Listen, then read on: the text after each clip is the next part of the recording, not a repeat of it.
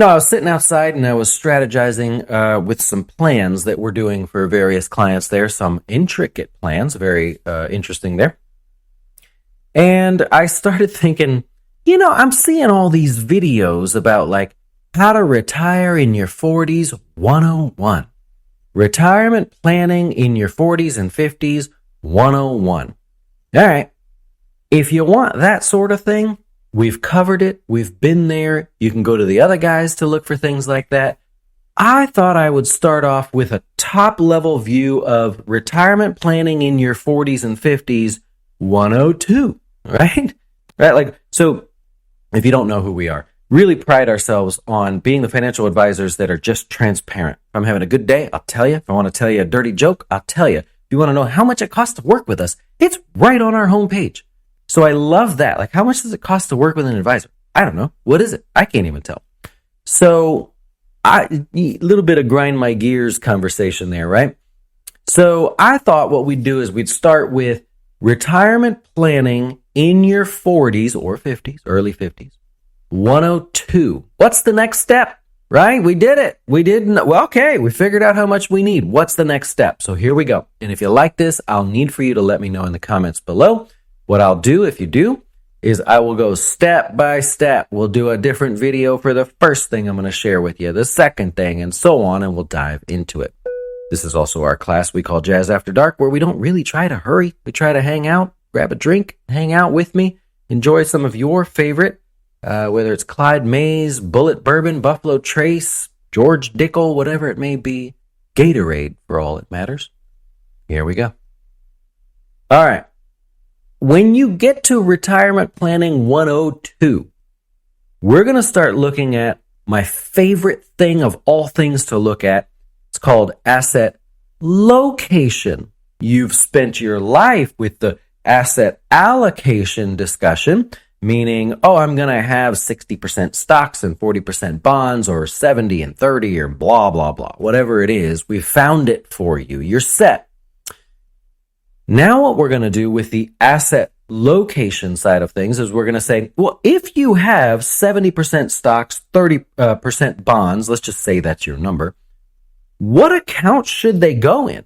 Which account should bonds go in? Which account should stocks go in? This is a really simple example, but we would like to have the most rapidly, aggressively growing stocks and positions be in our Roth IRA, our Roth 401k, our Roth TSP, our HSA, our Roth 403b, right? The keyword being Roth and or HSA, because that has no tax, right? We want the best amount of growth in things that are after tax.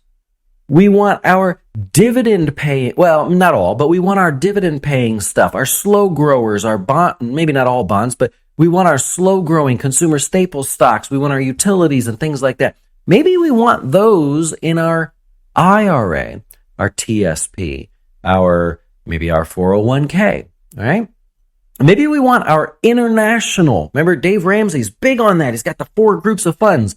Well, one step further, retirement planning 102 is, okay, if we have these 4 funds, should they all be in every single account?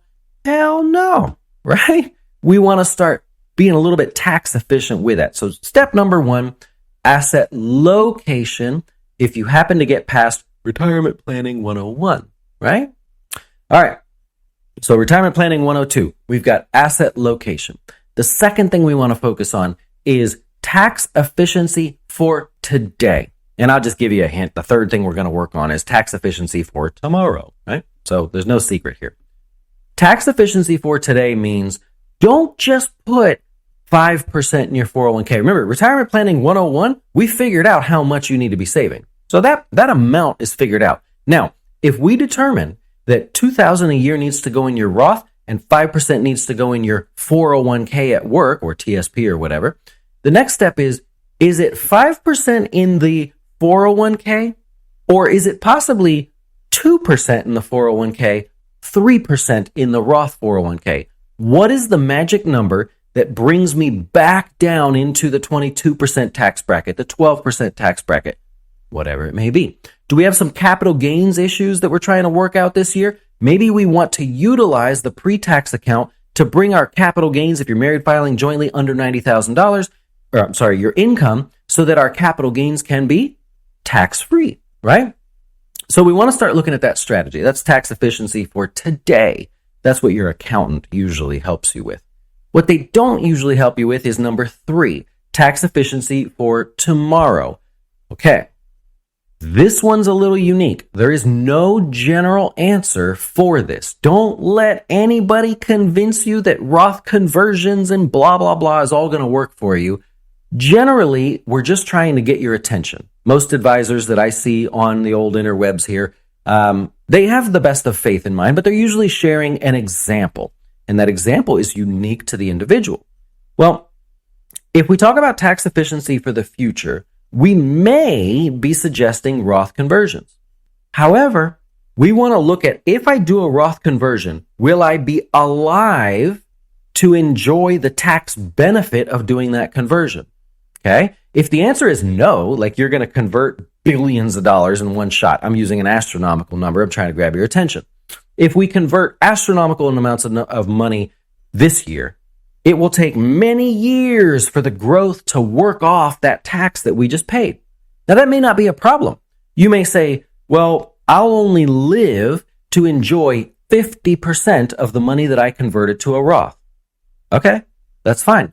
If your goal is when I die and my spouse, or if you're married, spouse dies, I want the next generation to enjoy some level of tax-free growth. You see what I'm saying? So even if the answer is convert everything that you have now and you're going to lose money by doing it, if you're passionate about leaving that money to the SPCA or your 5 kids from 3 different marriages, whatever it may be, if that's important to you, then it may be worth it to take the tax hit in your lifetime to allow them to enjoy the tax-free growth, which could be 30, 40, 50 years from now, depending on how they inherit the money. So that's it. Number 1, as far as like retirement planning 102, we're going to look at asset location. Number 2, we're going to look at tax efficiency today. Number 3, as long as that doesn't screw it up, we're going to go to tax efficiency tomorrow, right? And number 4, this is a bit of a passionate one for me. Your goals, right? What do you want to do? Whether it's retirement planning or I would like to start a business like 5 years out from retirement. I'd like to acquire a few rental properties, some land. I want a tiny Airbnb. I want to buy an RV. I've heard it all. You can't. Like, I don't judge. I've heard everything you can want to do. I've heard some nasty things that people want to do. And that's fine. That's your life. Go do it, right? My job is to make sure the numbers add up. I'm dead inside. So as long as the numbers add up inside for you, I'm happy. But number 4 is going to be your goals. All too often, and tell me that this I've done it. Tell me if this is you. You go to some, like, I'll say somewhat advanced planner online. You find something good. It's free. You're like, great, I could put stuff in here. And it says, when you retire, how much do you want to spend?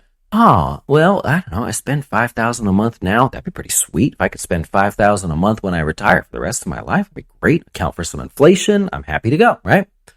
No. You will spend that for some period of your life.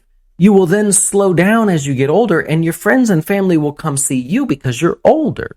Along the way, you will have goals. You will want to downsize your house, buy a car every 5 to 8 years. I don't know, however you do your cars.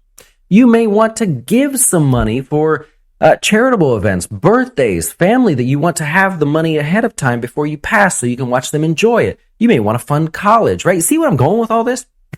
So the 4th level of retirement planning 102 is, what are the goals? Let's itemize the goals. And if you don't have a name, that's okay. You could say, in the 3 years after I retire, I'm not sure what I want to do, but let's throw in $5,000 extra worth of spending, just randomly. Maybe I go to Portugal, maybe I go on a cruise, whatever it is, your passions are your passions. Throw a goal in there. We can always come back and change the name of it, right? But if we're dinging your plan for $5,000 here, $350 here, $14,000 over here to fund your great grandchild's first college because you believe it, their first semester of college. I don't know. whatever it may be. Okay. So retirement planning 102, asset location is important to start with that first. Tax efficiency now, tax efficiency later, and then finally circle around and let's talk about your goals. That's a mouthful. There are, of course, tons of other things, and I hope that this gets you thinking. If it means something to you, we want to work with you, right? So this is marketing. You get the gist of it, right? We hope that you look at our website and realize we're normal people. We are not trying to present ourselves as greater than thou. Come, please work with us. We will work with you. We've got Chris here. We've got Eric. We've got Haley working with the younger crowd. Myself. We've got Doug. We've got Kevin and Cody. And Mama Jazz is still here. We're, of course, happy to work with you. I hope you'll check us out at jazzwealth.com. We have no sales pitch. I will promise you this right now. You schedule a call, and if there's a sales pitch, you email me, Dustin@jazzwealth.com. Tell me that somebody gave you a sales pitch, and I will conk them over the head. We don't do that. We listen. We work with you. Point you in the right direction if that's not for, or if we're not a good fit for each other. And if we are a good fit, of course, we would love to work with you. All right, enjoy the rest of your evening. Thanks for hanging out with me, and we will see you when we see you. Adios.